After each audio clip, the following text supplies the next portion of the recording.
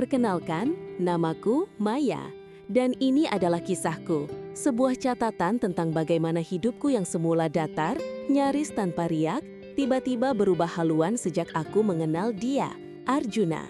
Sebelum semua ini dimulai, duniaku adalah sebuah rutinitas yang teratur, seperti jam yang berdetak dengan presisi membosankan. Bangun pagi, menyesap kopi hitam tanpa gula, berangkat kerja di sebuah kantor akuntan yang kuberi julukan kubikel keabadian, lalu pulang, memasak makanan sederhana, dan menghabiskan malam dengan buku atau serial televisi yang tak terlalu menarik. Tidak ada kejutan, tidak ada drama, tidak ada apapun yang benar-benar membuat jantungku berdetak lebih cepat. Kecuali mungkin saat tagihan listrik datang. Aku selalu merasa aman dalam zona nyamanku, zona yang tak pernah menuntutku untuk merasakan gejolak apapun. Aku pikir inilah hidup dan aku baik-baik saja dengan itu. Namun, semua itu berubah di suatu pagi yang cerah saat derut truk pengangkut barang memecah keheningan jalanan komplek perumahanku. Tetangga sebelah, rumah yang sudah kosong selama berbulan-bulan sejak keluarga Pak Budi pindah keluar kota, kini akan berpenghuni lagi. Rasa penasaran samar-samar menyelimuti diriku, tapi aku tak terlalu memikirkannya. Sampai akhirnya, aku melihatnya. Dia berdiri di ambang pintu rumah sebelah, siluetnya terpahat sempurna oleh cahaya matahari pagi. Tinggi, tegap, bahu lebar yang memenuhi kusen pintu, otot-otot yang tercetak jelas di balik kaos polos berwarna gelap. Aku tak bisa melihat wajahnya dengan jelas dari balik jendela dapurku, tapi aura maskulinnya begitu kuat, begitu kentara, seolah ia memancarkan gelombang energi yang entah bagaimana berhasil merambat hingga ke tempatku berdiri. Jantungku yang semula berdetak tenang, tiba-tiba saja seperti tersengat listrik. Ada desiran aneh, sebuah sensasi yang belum pernah kurasakan sebelumnya, mengalir dari ujung kaki hingga ke ubun-ubun kepala. Aku menahan napas tanpa sadar. Saat itu, ia menoleh, seolah merasakan tatapanku. Matanya, meski masih samar dari kejauhan, terasa menusuk, menangkap basah diriku yang sedang mengintip. Seketika, aku mundur dari jendela, napas memburu. Konyol bukan? Hanya karena tatapan sekilas, dan aku sudah seperti pencuri yang tertangkap basah. Keesokan harinya, aku mencoba bersikap normal, berpura-pura tidak terpengaruh oleh kehadiran tetangga baru itu. Tapi sia-sia, setiap kali aku melangkah keluar rumah, mataku secara otomatis akan melirik ke sebelah. Dan setiap kali, seolah takdir memang sedang mempermainkanku, dia ada di sana. Entah sedang menyiram tanaman, mengangkat kardus, atau sekadar berdiri di teras. Pertama kali kami berpapasan langsung adalah saat aku hendak membuang sampah. Dia sedang memperbaiki gerbang rumahnya yang sedikit berderit. Pagi, sapanya, suaranya dalam sedikit serak namun hangat. Aku merasa pipiku memerah. Pagi juga, jawabku, suaraku nyaris berbisik. Matanya, kini aku bisa melihatnya dengan jelas, berwarna coklat gelap, tajam, namun entah mengapa juga menenangkan. Ada sesuatu dalam sorot matanya yang misterius namun memikat, seolah ada janji petualangan yang tak terucapkan, sebuah cerita panjang yang menunggu untuk diungkap. Seolah ia adalah potongan puzzle yang selama ini hilang, membawa serta janji petualangan yang tak pernah kusadari aku inginkan. Setiap interaksi singkat kami, meskipun hanya sapaan di pagi hari atau anggukan kepala saat kami berpapasan di jalan, selalu meninggalkan jejak getaran aneh di hatiku. Seperti senar gitar yang dipetik pelan, menyisakan resonansi yang panjang. Aku tak mengerti mengapa, tapi kehadirannya telah mengusik ketenangan yang selama ini menjadi benteng. Dia adalah sebuah anomali, sebuah tanda tanya besar di tengah rutinitas hidupku yang serba pasti. Aku belum tahu siapa dia, apa pekerjaannya, atau dari mana asalnya. Yang ku tahu hanyalah namanya, Arjuna. Ku dengar dari salah satu petugas pengiriman paket yang berteriak memanggilnya. Namun, satu hal yang pasti, sejak hari itu, hidupku tak akan pernah sama lagi. Jantungku kini punya ritme baru, sebuah melodi yang dimainkan oleh bisikan angin dan tatapan pertama yang tak sengaja itu. Ini baru permulaan, teman-teman, sebuah pengantar dari kisah yang akan membawa kalian pada perjalanan yang tak terduga, penuh gairah, dan mungkin sedikit bahaya. Aku akan mencoba menangkap setiap detail perasaan awal ketertarikan ini, sebuah hook yang membuat kalian penasaran dan ingin tahu lebih banyak. Jangan lupa subscribe ya, agar kalian tidak ketinggalan setiap detail kisahku yang menggoda ini. Hari-hari berlalu, dan seperti yang kuduga, hidupku tidak lagi sama. Rutinitas yang dulu kupeluk erat kini terasa hambar, seperti kopi tanpa gula yang dulu sangat kunikmati. Sekarang, setiap pagi, mataku tidak lagi hanya fokus pada laporan keuangan atau tumpukan berkas di meja kerjaku. Mereka mencari, tanpa sadar, siluet tinggi yang mungkin muncul di ambang pintu rumah sebelah. Aku mulai mengamati Arjuna, bukan dengan sengaja mengintip, tentu saja, tapi lebih seperti pengamatan pasif yang tak terhindarkan. Dari balik jendela dapurku, aku sering melihatnya merawat tanaman-tanamannya. Tangannya yang besar dan kokoh dengan cekatan memegang sekop kecil, merapikan daun-daun kering, atau menyiram dengan hati-hati. Terkadang, ia hanya mengenakan kaos polos yang lengannya digulung, memperlihatkan otot bisepnya yang terbentuk sempurna. Gerakannya selalu teratur, penuh perhitungan. Namun entah mengapa, setiap gerak-geriknya memancarkan aura perkasa yang tak bisa kuabaikan. Ia seperti pahatan hidup, sebuah karya seni yang terlalu nyata untuk menjadi imajinasi. Ada satu sore, saat aku sedang menyiram pot bunga di teras, aku melihatnya berinteraksi dengan anak-anak tetangga yang sedang bermain bola di jalan. Bola mereka nyangkut di atas genteng rumah Arjuna. Dengan senyum tipis yang jarang ia tunjukkan padaku, ia mengambil tangga, memanjat dengan cekatan, dan mengembalikan bola itu pada anak-anak yang bersorak gembira. Melihat sisi lembutnya itu, hatiku terasa menghangat. Ada kontras yang menarik antara ketegasan fisiknya dan kehangatan hatinya. Sebuah kombinasi yang semakin membuatku penasaran. Interaksi kami, meskipun masih terbatas, terasa semakin intens. Ada kalanya, saat aku keluar rumah untuk membuang sampah, ia sedang menyiram halaman. Mata kami akan bertemu, dan tatapan itu selalu lebih lama dari yang seharusnya. Bukan tatapan mengintimidasi, melainkan tatapan yang seolah menyelami, mencari sesuatu di dalam diriku. Aku akan merasakan pipiku memanas, jantungku berdebar kencang, dan aku harus memaksakan diri untuk memalingkan muka, berpura-pura sibuk dengan urusan sampahku. Suatu hari, ada paket salah kirim yang mendarat di teras rumahku, tertulis nama Arjuna. Aku pun membawanya ke rumah sebelah. Saat ia membuka pintu, tangannya terulur untuk mengambil bungkusan itu. Jari-jari kami bersentuhan. Hanya sekejap, namun sensasi listrik yang merambat dari ujung jariku ke seluruh tubuhku begitu nyata, begitu kuat hingga membuat nafasku tertahan. Ia sedikit menarik tangannya, seolah merasakan hal yang sama. Dan tatapan matanya yang coklat gelap itu kini tampak lebih dalam, lebih penuh makna.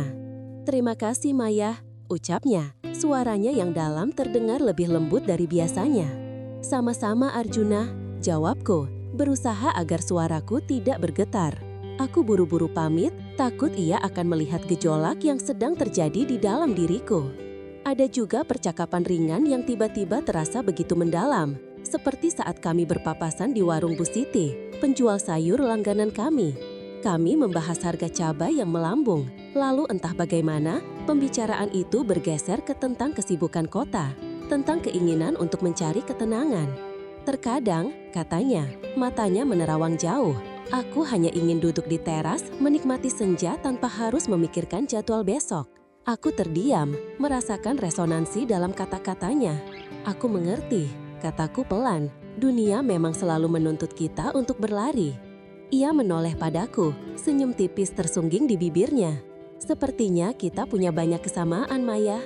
Kalimat itu diucapkan begitu saja di tengah keramaian warung sayur, bagaikan sebuah janji tak terucapkan. Sebuah pengakuan bahwa ada sesuatu yang lebih dari sekedar tetangga. Aku merasakan ada daya tarik magnetis yang tak terhindarkan. Sebuah benang tak kasat mata yang mulai mengikat kami berdua. Ia adalah misteri yang ingin kupecahkan, petualangan yang ingin kujelajahi.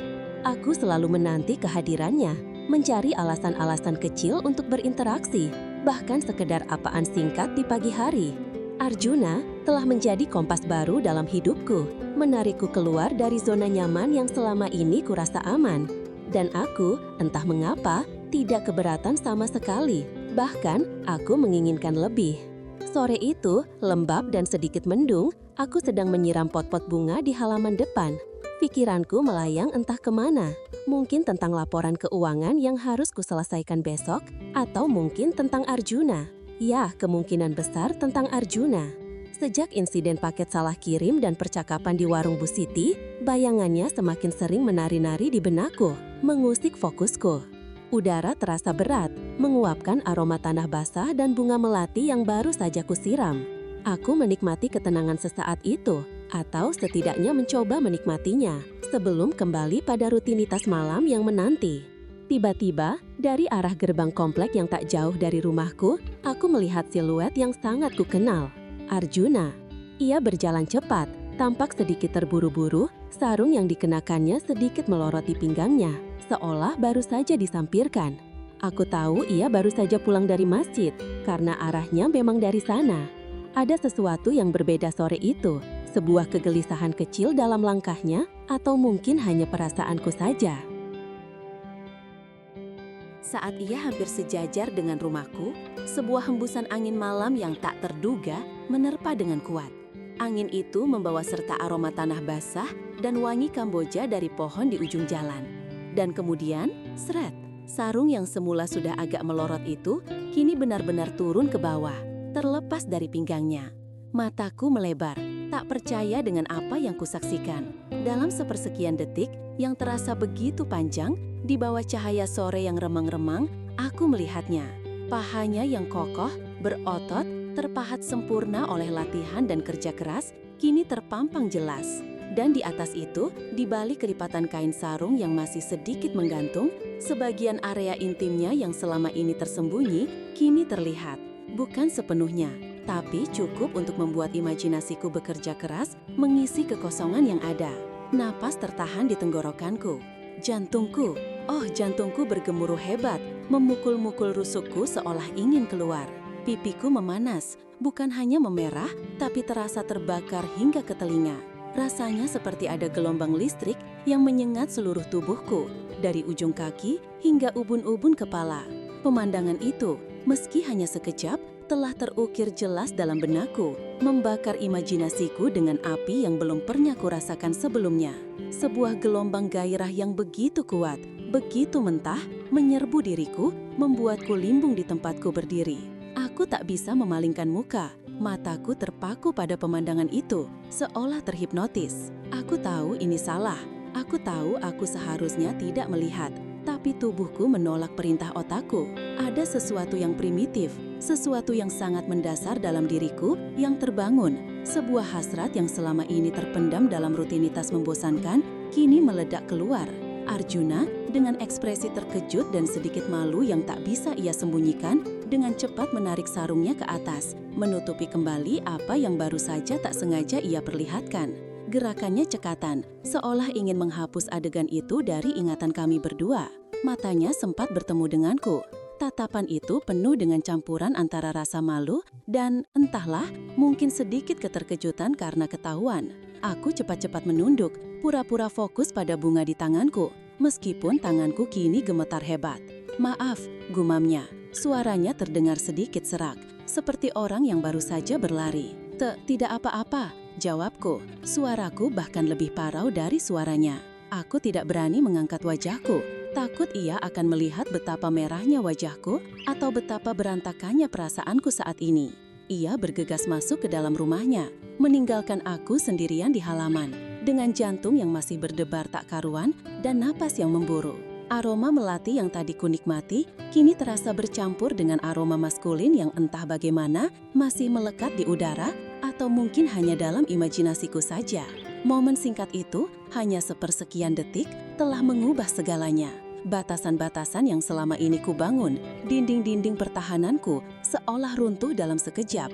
Arjuna bukan lagi hanya tetangga misterius yang memikat. Ia kini adalah sebuah ledakan gairah, sebuah fantasi yang tiba-tiba menjadi sangat nyata, sangat dekat. Imajinasi liarku mulai bekerja, melukiskan detail-detail yang tadi hanya samar-samar terlihat, mengisi setiap celah dengan hasrat yang membara. Aku tahu, sejak detik itu, hubunganku dengan Arjuna dan juga diriku sendiri tidak akan pernah sama. Aku tidak bisa lagi berpura-pura bahwa ia hanyalah tetangga biasa. Ia adalah godaan, sebuah panggilan yang tak bisa kuabaikan. Dan aku entah bagaimana, merasa siap untuk menjawab panggilan itu. Aku bergegas masuk ke dalam rumah, seolah dikejar sesuatu yang tak kasat mata. Pintu kututup dengan bantingan pelan, lalu kusandarkan punggungku di baliknya, mencoba menenangkan detak jantungku yang masih bertalu-talu. Tanganku gemetar, napas masih memburu, dan pipiku terasa panas membara. Pemandangan itu, hanya sekejap mata, telah mengukir dirinya dengan sangat jelas di benakku. Seperti cap panas yang tak mungkin bisa dihapus. Rasa malu menyerbu, membanjiri seluruh indraku.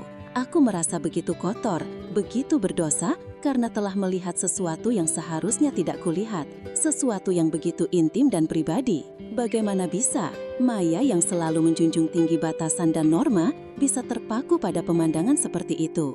Aku mengutuk diriku sendiri, mencoba menghapus bayangan paha kokoh itu, otot-otot yang terbentuk sempurna, dan kilasan area yang lebih pribadi yang sempat tertangkap mataku. Aku menggelengkan kepala, mencoba mengusir imajinasi liar yang mulai bekerja, mengisi kekosongan dari apa yang hanya samar-samar kulihat. Namun, di tengah badai rasa bersalah dan malu itu, ada sesuatu yang lain, sesuatu yang asing dan sekaligus memabukkan. Sebuah desiran gairah yang begitu kuat, begitu mentah, yang belum pernah kurasakan sebelumnya. Itu adalah api yang tiba-tiba menyala di dalam diriku, membakar setiap sel tubuhku.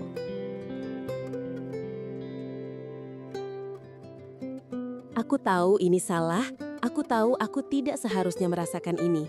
Tapi tubuhku, jiwaku, seolah merespons dengan cara yang tak bisa kukendalikan. Imajinasi liarku yang selama ini terkunci rapat di balik dinding rutinitas, kini memberontak, melukiskan skenario-skenario yang tak pernah terpikirkan. Aku membayangkan sentuhan, kehangatan, kekuatan dari sosok itu. Malam itu, tidurku gelisah. Setiap kali aku memejamkan mata, bayangan Arjuna muncul. Bukan hanya wajahnya atau tatapan matanya yang misterius, tapi pahanya, otot-ototnya, dan kilasan yang membuatku merinding. Aku berbalik, mencoba mencari posisi nyaman, mencoba melarikan diri dari pikiranku sendiri, tapi sia-sia. Aroma tanah basah dan melati yang tadi sore kuhirup, kini bercampur dengan aroma maskulin yang entah bagaimana masih melekat di indera penciumanku, atau mungkin hanya halusinasi semata. Aku merasa seperti seorang pencuri yang tak sengaja menemukan harta karun tersembunyi dan kini terobsesi untuk mendapatkannya. Hari-hari berikutnya terasa seperti neraka dan surga sekaligus. Aku diliputi konflik batin yang kuat. Satu sisi diriku, Maya yang rasional dan teratur, terus-menerus mengingatkan tentang norma, tentang etika, tentang batasan antara tetangga. Ini tidak pantas, Maya, bisik suara itu. Apa yang akan ia pikirkan jika ia tahu?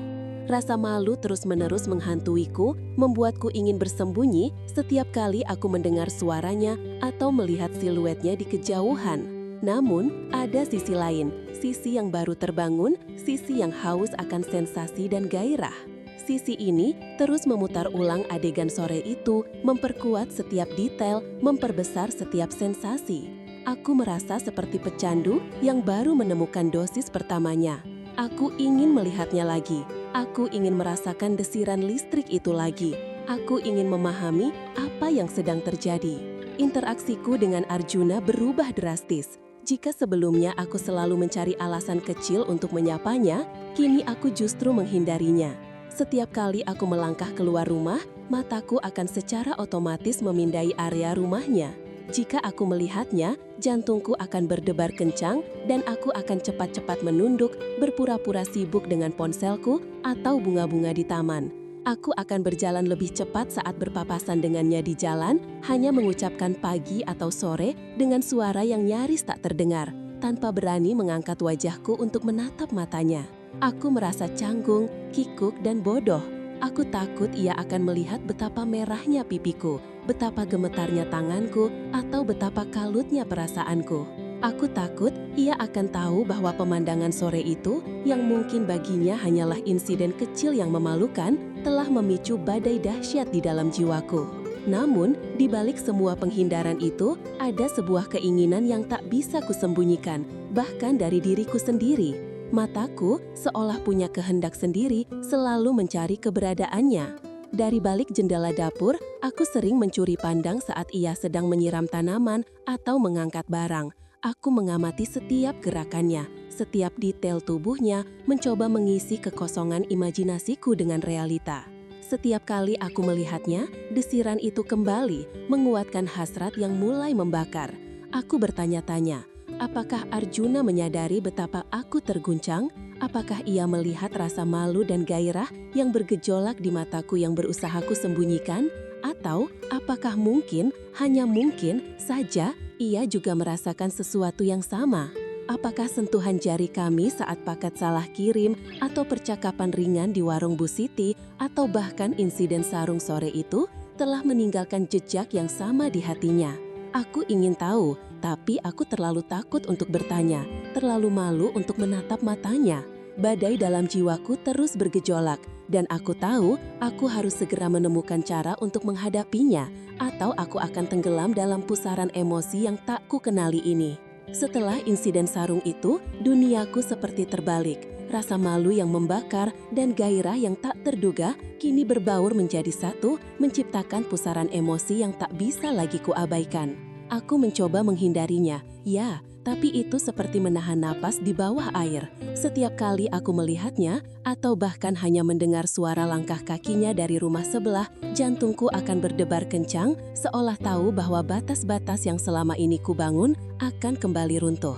Ironisnya, justru setelah insiden memalukan itu, ketegangan di antara kami semakin memuncak.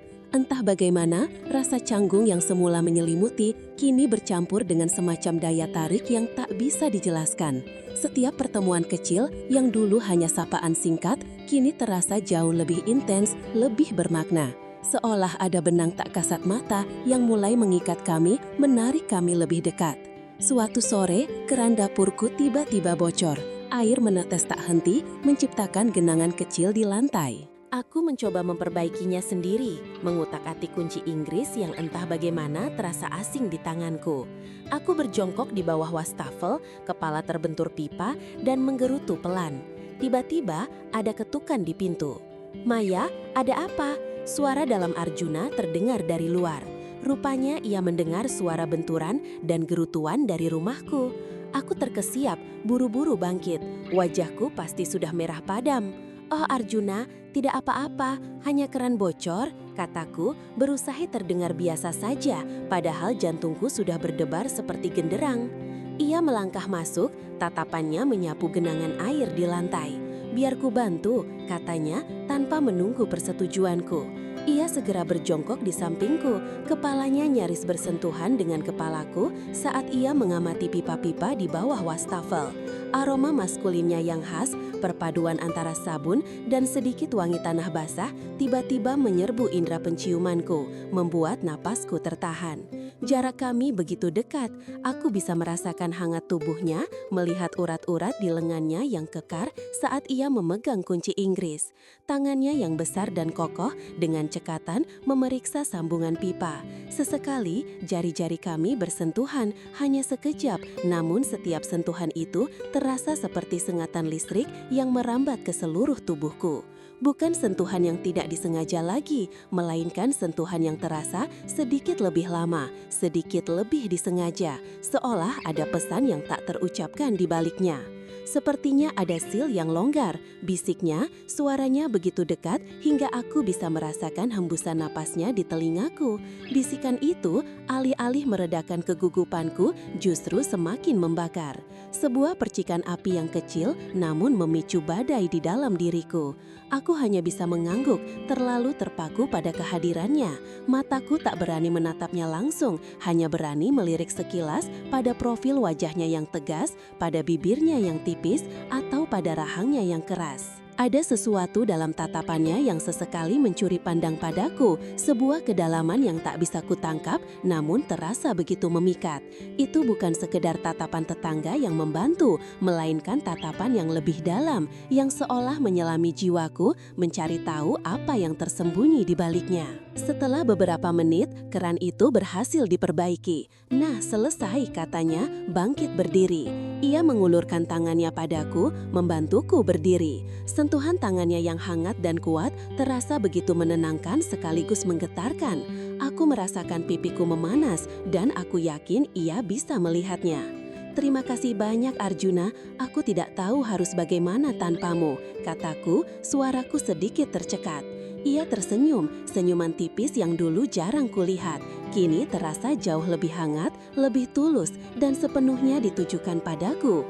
"Bukan masalah, lain kali jangan sungkan minta bantuan." Percakapan kami tak berhenti di situ. Entah mengapa, kami akhirnya duduk di teras depan menikmati secangkir teh hangat yang kubuat.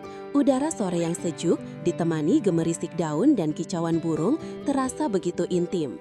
Kami mulai mengobrol, membahas hal-hal sepele, lalu perlahan bergeser ke topik yang lebih pribadi. Ia bercerita sedikit tentang pekerjaannya yang menuntutnya sering berpergian, tentang kesepian yang kadang ia rasakan.